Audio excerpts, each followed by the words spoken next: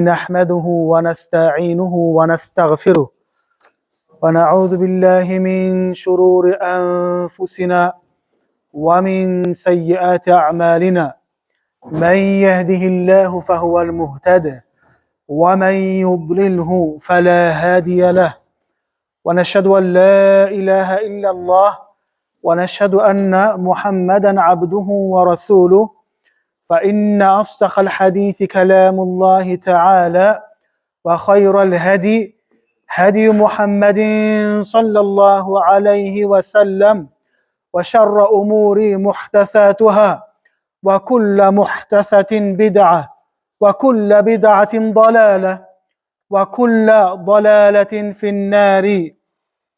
أيها الإخوة المؤمنون، إن القرآن الكريم يهدي أتباعه للحق ويأتي شفيعا لصاحبه يوم القيامة، وأتباع منهجه والسلوك طريقه بسبب للسعادة في الدنيا والآخرة. والمسلم يرتقي بالقرآن بالمنازل الجنان، فمنزلته في الجنان بقدر ما قرأ ورتل في الدنيا من القرآن الكريم. أما هدايته للحق والصواب في كل أمور فقد قال تعالى: إن هذا القرآن يهدي للتي هي أقوم ويبشر المؤمنين الذين يعملون الصالحات أن لهم أجرا كبيرا. وأما أنه يشفع لصاحبه فقال رسول الله صلى الله عليه وسلم: اقرأوا القرآن فإنه يأتي يوم القيامة شفيعا لأصحابه. اقرأوا الزهروين البقرة وسورة آل عمران فإنهما تأتيان يوم القيامة كأنهما غمامتان أو كأنهما غيايتان أو كأنهما فراقان من طير صواف تحاجان عن أصحابهما. اقرأوا سورة البقرة فإن أخذها البركة وتركها الحسرة ولا تستطيعها البطلة. My respected brothers and sisters, in Quran al-Karim there's three positions or the three rights that all of us have to give when you embark upon the journey of reciting Quran al-Karim. There's three positions. Number one is recital or is tilawah. Is recitation or tilawah. That you don't rush in recitation. Unless you're memorizing, you speed it up. But when you embark upon reciting Quran al-Karim, you recite it. Tilawah, a slow way, in a slow manner. The second one that it demands from you is contemplation. Is what? Contemplation. The third one, my brothers and sisters, is al-amal bima rattal alay, is the action that it's needed, whatever you have contemplated. My brothers and sisters, you cannot do the amal salih, you can't do no good action from the Quran al-Karim or implementing the ayat of Allah Azza wa Jal without the contemplation. You cannot contemplate without really embracing this ayat of Allah Azza wa Jal. Now Allah Azza wa Jal says in Quran al-Karim, وَقَالَ الرَّسُولُ يَا رَبِّ إِنَّ قَوْمِ اتَّخَذُوا هَذَا الْقُرْآنَ مَهْجُورًا. That the Prophet has said that all my people have taken this book, have deserted this very book, Al-Quran al-Karim. They have deserted it. They have let it go. My brothers and sisters, this very Quran al-Karim that has been revealed to open our hearts, to give us a direction, to allow us to have tranquility and take from its barakah, from its recitation, from its contemplation, from its acting, from its implementation. People have taken this Quran as hajar, as mahjur, deserted, shunning it away, putting it at the top of the shelf, but there's so much dust is accumulating. Yes, they have no shame whatsoever. They have left the very Quran al-Kareem. Even if it's downloaded in their phone, they are still not reciting this very Quran al-Kareem. My brothers and sisters, people can desert Quran al-Kareem in few ways. Number one, they desert Quran al-Kareem through. Someone, this number is blocked anonymously. It's a Toyota E014YYJ. E014YYJ. Can you please move your car, because I think you're blocking someone else. Please, if you anyone blocking any non-Muslims or any other cars, please remove your car. There are loads of parking space outside the car park as well. Temple is Square. Yes, please, if you remove the car now immediately.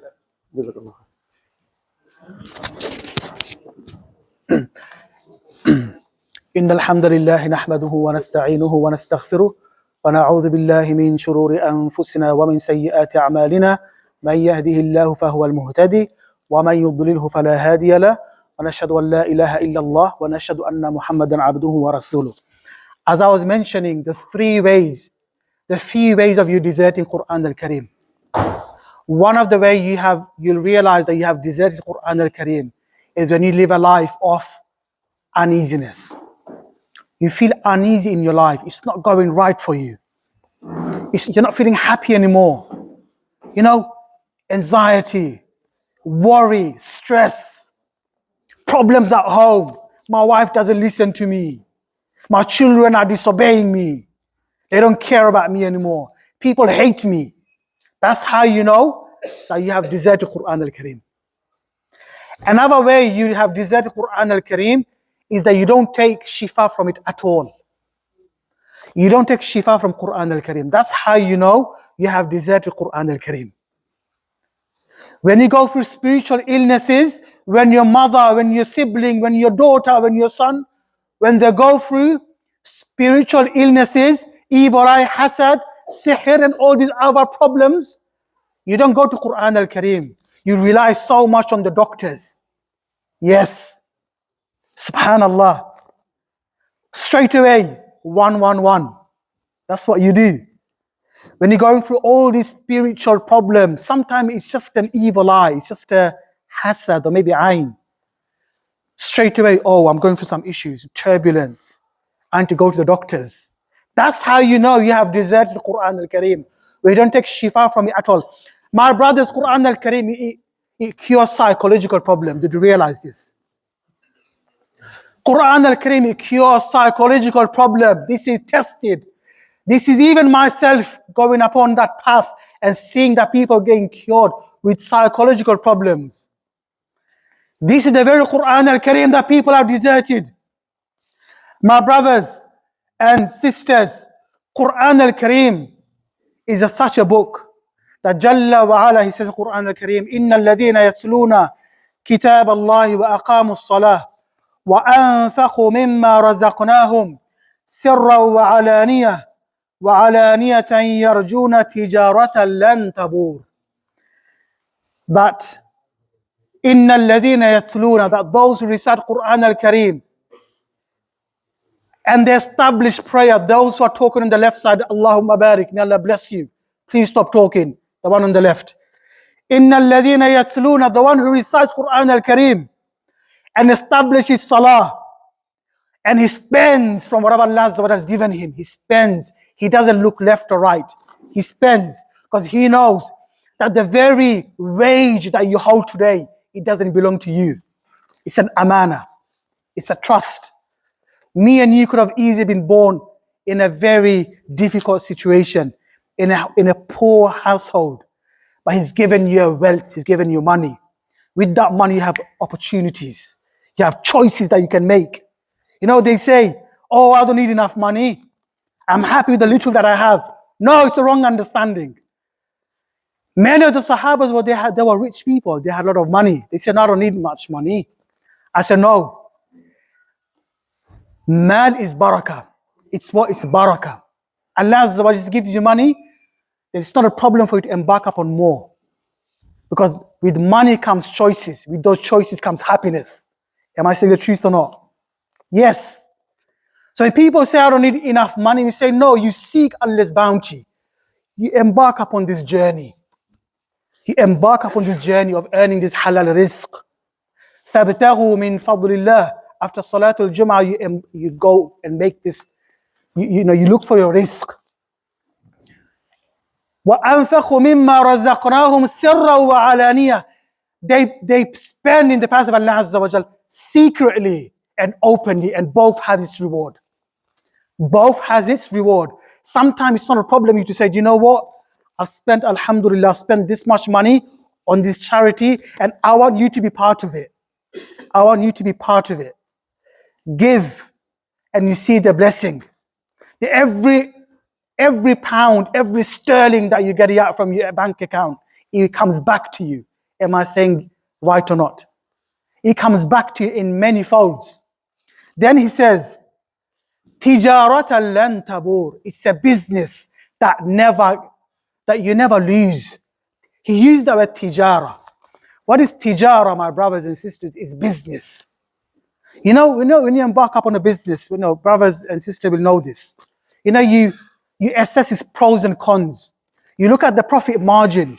You put yourself a goal that, you know what, can I make this amount of money in a certain period of time? Or is it possible? Or is the profit margin high or low? That's how you assess, right? In a normal and generally, that's how you do. Certain profit margin is really high. Quran al-Kareem, the profit margin is really high. Quran al-Kareem, the reward is really high. My brothers, didn't Rasulullah sallallahu alayhi wa sallam said in a very famous hadith narrated by Ibn Mas'ud that al-alifun harf, wal-lamun harf, wal-mimun harf, wal-hasanatu ashru amthaliha. That alif, that one harf is 10 reward. Mim, alif lam mim, mim, lam is 10 reward, and mim is 10 reward. My brothers and sisters, in Quran al-Kareem, think about it, open your hearts. There's 330,000 ayat in Quran al-Kareem. 330,000 harf. Times that by 10. That's more than 3 million in one khatam of Quran al-Kareem. One khatam, 3 million hasanat in your book of record. Billahi alayk. When the Sahabas knew this, that's the kind of understanding that they had. In Bay'atul Ridwan, what happened? In Bay'atul Ridwan, our Prophet sallallahu alaihi wasallam, he wanted assistance. He wanted help. He went from Mecca to Medina. He wanted assistance. He wanted a lot of help. He gathered 1,400 of the Sahabas under the tree. It was a big tree with a big shade. Among him was all the companions, and he wanted protection. He had certain conditions that wanted to be fulfilled. He's a Nabi. He'll have issues. He'll have the enemies from different fronts. And Medina was an open area. What happened is, he said his demand. The companions, they said, right, Ya Rasulullah, we will support you. Ya Rasulullah, we will support you. But what am I going to get in return? Huh? And rightly so, they have the right to demand such a reward, because some of them they may die, some of them they may get injured. What am I going to get in return? He said one word. He said, you'll get Jannah. He said one word, you'll get Jannah. That's the tijara, that's the business deal that they want to make with Allah Azza wa Jal. That's the business deal that they're making with Allah Azza wa Jal. Now when I say this Quran, my brothers, will give you success. If I tell you this Quran will give you success, and you said, you know what, whatever, that's how you know you have deserted the Quran al-Kareem. You start degrading the rewards. This Quran al-Kareem, my brothers, is such a book. The Prophet ﷺ used to encourage the companions to come back to the book. In Medina, back in the days, they used to go to outskirts to do business, and they used to come with goods. They used to come with goods from the outskirts of Medina. They used to do business, and they used to come home. And sometimes they used to spend the whole day in the outskirts doing business and tijara, and they used to, they were being busy. Rasulullah sallallahu alaihi wasallam, he wanted to encourage them to come to the masjid, and he said, what if I tell you that you will receive 2 camel at the end of the day? They were like, oh, it's beautiful. I would love that. Because back in the days, camels were seen to be really expensive. You know, today's fancy sports car. You know, back in the days, it was the red camels. It was the camels that was expensive. He said, 2 verses in a masjid will give you those 2 camels. 2 ayat. In a masjid, the sincere heart will give you those 2 ayat. Those 2 camels. أقول قولي هذا نستغفر الله لي ولكم وسائر المسلمين من كل ذنب إنه هو البر الرحيم.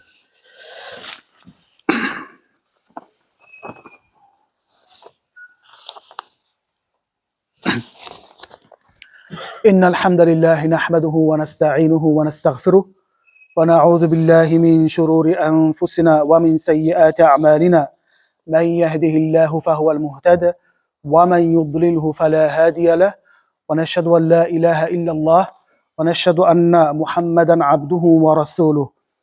My respected brothers and sisters, Ibn Taymiyyah rahimahullah, he said something. He said, إن في الدنيا الجنة من لم يدخل في هذه الدنيا ولم يدخل الجنة في الآخرة.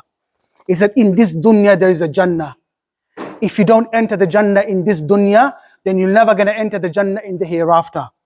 And this is none other but the sweetness of worship that one embarks upon and that one enjoys, and one heavily enjoys that khalwa, that seclusion, that life of ibadat. Ibn Taymiyyah rahimahullah, before he passed away, he recited the Quran al-Karim 80 times in prison. Ibn Taymiyyah rahimahullah used to worship Allah Azza wa Jalla so much, they used to feel tired, he used to go to sleep. As he's worshipping Allah Azza wa Jalla, he used to fall asleep and go to sleep.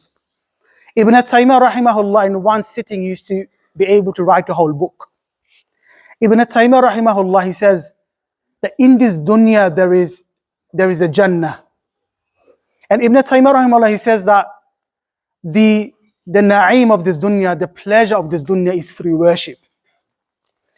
The pleasure of this dunya is through worship. This is the Jannah that he's talking about. The one who doesn't enter the Jannah in this dunya will not going to enter the Jannah in the hereafter. Because through the worship is the secret ingredients in achieving the highest position of Jannah, is through worship.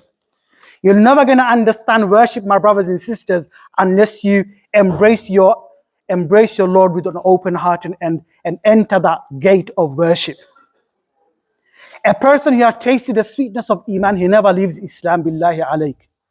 The one who enters Islam wholeheartedly, Ya ayyuhalladhina amanu udkhulu fi silmi kafa, that he enters wholeheartedly, he never leaves Islam, billahi alayk.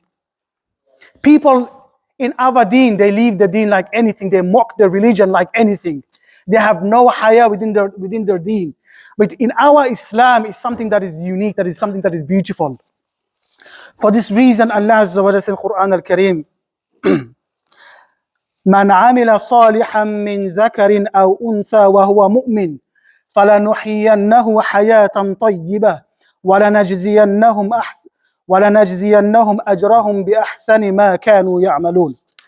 That whoever works righteously, whether male or female, for he is a true believer, for verily we will give him a good life in this world, respect, contentment, and lawful provision, and we shall pay him certainly a reward in proportion to the best of what he used to do. لِنُحْيِيَنَّهُ حَيَاةً طَيِّبَةً, that he will be receiving a good life. Now Imam As-Sa'di rahimahullah, he mentions the tranquility of one's life.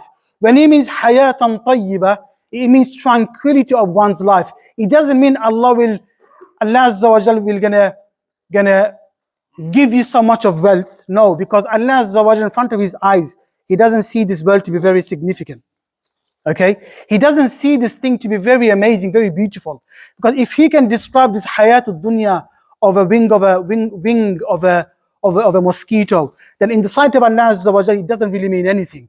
So when Allah Azza wa Jal is going to give you a good life, my brothers and sisters, it means He will give you tranquility.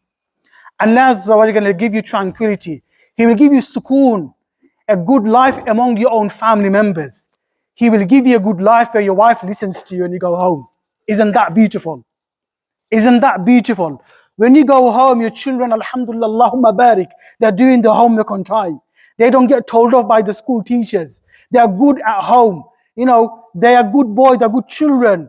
My wife listens to you. My car is driving. I don't have to take you to the garage regularly.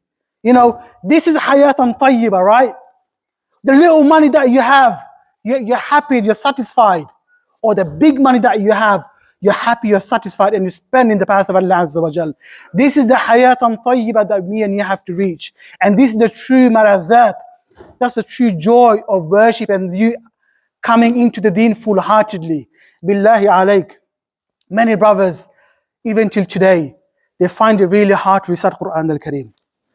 They find it really hard to recite the Quran al-Sharif. They find it difficult. It is upon you to renew your intention and not shy away from it. But get yourself a private tutor and go back to Quran al-Kareem. I know many brothers, they even come to myself and they say, they feel really, you know, they feel very bad about themselves that they've got so much money, they've done so much in this dunya, but they can't understand, they don't understand Quran al-Kareem. They can't recite Quran al-Kareem. This Quran has deserted them and so have they deserted Quran al-Kareem. But yet, they have a willingness to change. They want to come back to this book. They want to learn the Arabic language. They want to learn the tafsir and its meaning, which is beautiful, which is the best of all worship. But what I would say is make that firm intention and embrace with first and foremost with istighfar. Make istighfar towards Allah Azza wa Jal and open the book. If you can't, if you're struggling to recite this very book, then go and hire a private tutor. Hire him, you know, or go online, see, you know, what kind of options are available for you. Don't just leave it like that. Don't just say, oh, yeah, you know, I will one day. That's the wishful thinking, my brothers and sisters. You're never going to do this. With Quran al-Kareem, with Quran al-Sharif, you have to do it. You have to submit. You know, you submit. You know, and the more strong connection you have with this book, the more it will be for you in the day of judgment and not going to be against you. Brothers and sisters, before I finish, brothers and sisters, many of us, we come from an academic background. Many of us, we love reading certain books. Many of us, we learn in different languages, okay? But you realize one thing, is that all the other books that you have studied in this dunya, nothing will be important for you in the day of judgment. You probably love maths, you probably love geography, history, you probably love, literatures and all the other ulum, sciences that is out there. Nothing will be important to you in the day of judgment. Because in the day of judgment, with only one good deed, you'll be stuck. You'll be stuck for only one good deed. Only one. In the day of judgment, the Quran is going to speak for you or against you. It's not going to be your maths, English, and science. It's going to be this very Quran al-Kareem. So please, my brothers and sisters, let's make it this Ramadan a time of change, a time of embracing your book that many of us have ignored for many, many years on end. Sallu ala Bashir al-Nadhir. Ya ayyuha alladhina amanu sallu alayhi wa sallimu taslima. Allahumma inna nas'aluka bi anna laka alhamd. لا إله إلا أنت المنان بديع السماوات والأرض ذا الجلال والإكرام اللهم باعد بيننا وبين الخطايانا كما باعدت بين المشرق والمغرب اللهم نقنا من خطايانا كما ينقى الثوب الأبيض من الدنس اللهم اغسلنا من خطايانا بالثلج والماء والبرد يا مقلب القلوب والأبصار ثبت قلوبنا على دينك يا مصرف القلوب صرف قلوبنا إلى طاعتك يا أرحم الراحمين اللهم انصر المجاهدين والمستضعفين في كل بلاد المسلمين اللهم اعزهم وانصرهم نصر المؤزرا يا أكرم الأكرمين إن الله يأمر بالعدل والإحسان وإيتاء ذي القربى وينهى عن الفحشاء والمنكر والبغي يعظكم لعلكم تذكرون أقم الصلاة